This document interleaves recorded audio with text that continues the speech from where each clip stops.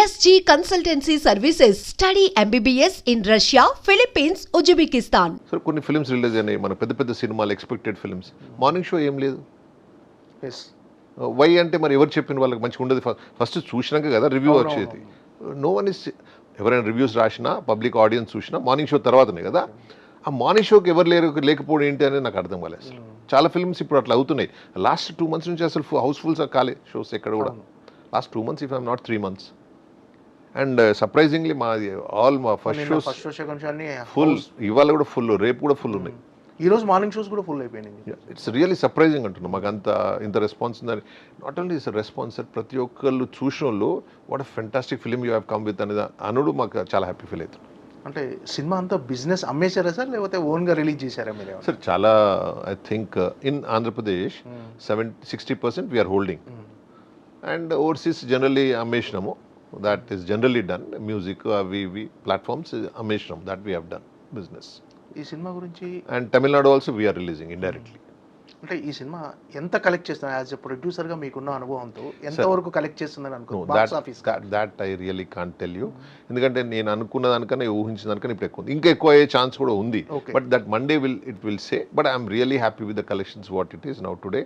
We are very very happy, and exactly collections ఎంత వస్తాయంటే నేను చెప్పలేను. ఓకే, అంటే బడ్జెట్ కొంచెం అనుకున్న దానికంటే ఎక్కువైంది కాబట్టి ఇప్పుడు వచ్చిన రెస్పాన్స్, ఇప్పుడు వచ్చిన కలెక్షన్స్ డెఫినెట్గా ఆ బడ్జెట్ని ఓవర్కమ్ చేస్తుంది. 100%.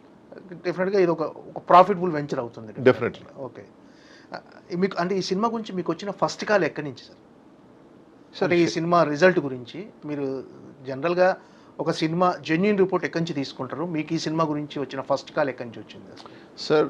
As you getup first US నుంచి ఒక ఫ్రెండ్స్ కాల్ చేస్తూ ఉంటారు, మా కజిన్స్ లేకపోతే వాళ్ళు ఎవరు ఒక friends whoever it is, they call, అరే we have seen first half fantastic ఉంది రామోన్, మరి మీరు హౌ యూ వర్ ఎక్స్పెక్టింగ్ అంటే అంత ఫెంటాస్టిక్ ఉందా అనే దాని మీద ఐ టోల్డ్ యూ కదా, నేను నా ఎక్స్పెక్టేషన్స్ వేరే ఉంటే the film came much better. Then I thought some people might like some films, కొందరు క్లాస్ ఫిలిమ్స్, ఎందుకంటే శేఖర్ గారి జనరల్లీ యూఎస్లో కూడా చాలా బాగా నడుస్తాయి, people love him. So I thought that might be one of the response అని. తర్వాత మ్యాట్ని అదే మన కంప్లీట్లీ ఫిలిం అయిపోయినాక ఫోన్ చేసినారు, చాలా బాగుంది అది అని.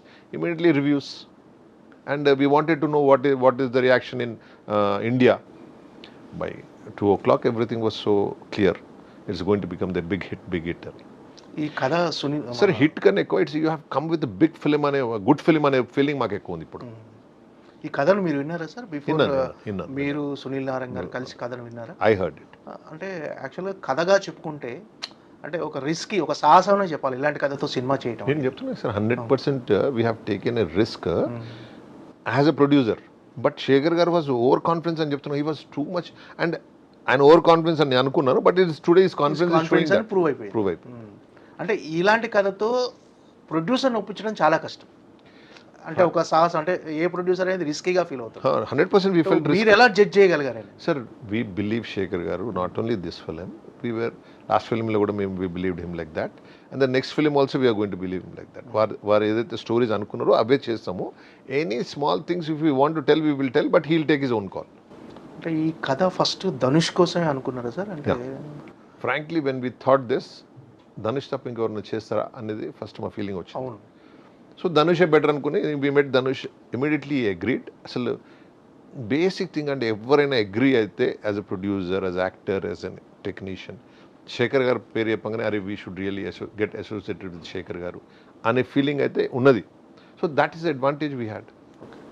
అంటే ఇప్పుడు తెలుగులో కూడా చాలామంది హీరోలు ఇన్నోవేటివ్ కాన్సెప్ట్లు కానీ ఒక డిఫరెంట్ మూవీస్ సెలెక్ట్ చేసుకుంటున్నారు సార్. అంటే ఒకవేళ అంటే ధనుష్ గారు ఫస్ట్ చాయిస్ కాబట్టి ధనుష్ గారికి ఈ సినిమా వెళ్ళిపోయింది. ఒకవేళ మీరు ధనుష్ గారు కాకుండా ఈ హీరోని అప్రోచ్ అవ్వలేదు సార్? సార్ ఈ అప్రోచ్ అనగానే ఎస్ఎన్కి ఇంకా వేరే ఆలోచన ఎందుకు ఉంటుంది?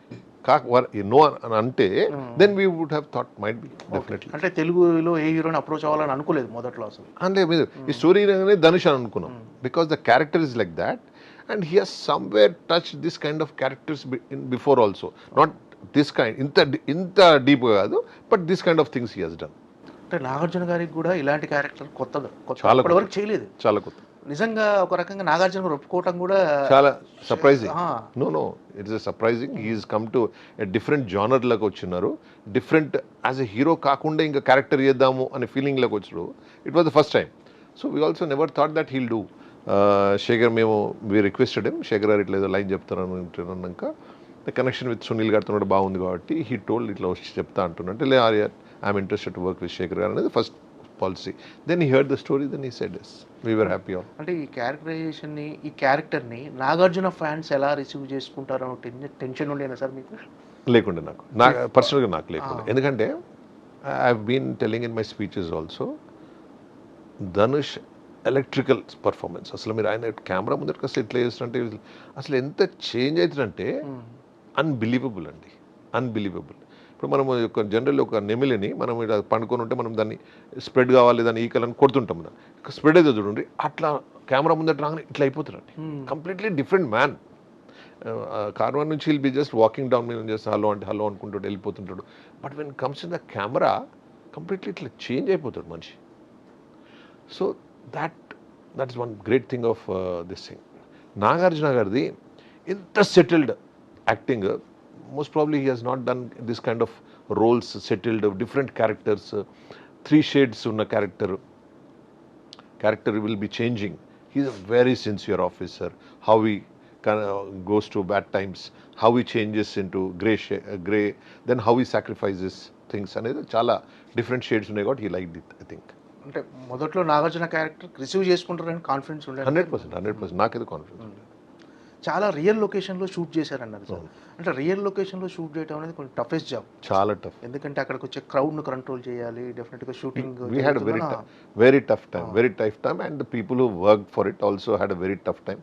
చాలా టఫ్ టైమ్స్ ఉండే మాకు. ఇప్పుడు ఆ ఇంపాక్ట్ కానీ ఆ రిజల్ట్ కానీ మనం కరెక్టే చేసామని అనిపించిందా స్క్రీన్ మీద చూసుకున్న తర్వాత ఆ రియల్ లొకేషన్లో షూట్ చేయడం? Sir when you get good results ఇవన్నీ మనం కరెక్ట్ చేసినామనే అని ఫీలింగ్ వస్తుంది. అదే బ్యాడ్ రిజల్ట్స్ ఉంటే వీ థింక్ అరే how did we do so much mistakes, ఇంత ఇట్లా ఎందుకు చేసినాం అనిపిస్తుంది.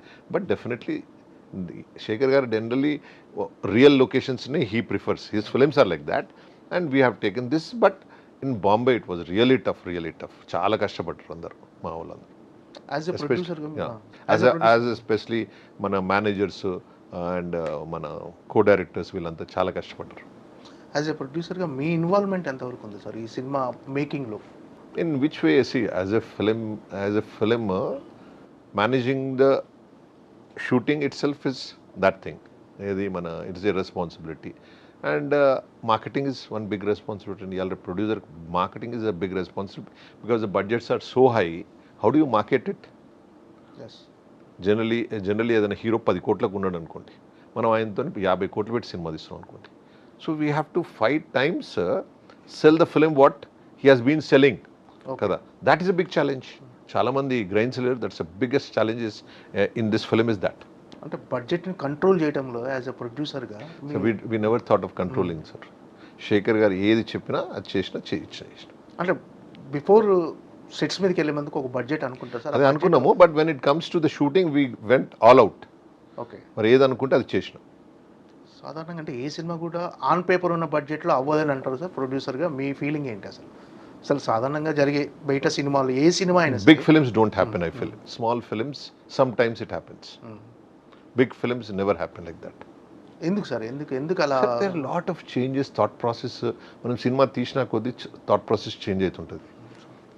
ఒక చిన్న యాక్టర్ను పెట్టుకుందాం అనుకున్నా కూడా ఇంకొక యాక్టర్ని పెట్టుకుంటే it will cost you something. మనం బెటర్ యాక్టర్ని పెట్టుకుందామా, బెటర్ సీన్ చేస్తామా, ఏ లొకేషన్స్ చేస్తాం, ఆ లొకేషన్ నుంచి వేరే location example I'm planning in Goa అనుకోండి. గోవా కాదు, ఐ షుడ్ మొరిషియస్లో వేస్తే బాగుంటుంది అనుకోండి. The whole thing process will change. Budgets change అయితే ఎవ్రీథింగ్ విల్ చేంజ్. ఎస్, ఆ టైంలో కూర్చుంటాం. ఎస్, వారు చెప్తారు అనుకోండి మాకు idea, we also feel character బాగానే ఉంటుంది అనుకుంటే వీ విల్ గో హెడ్.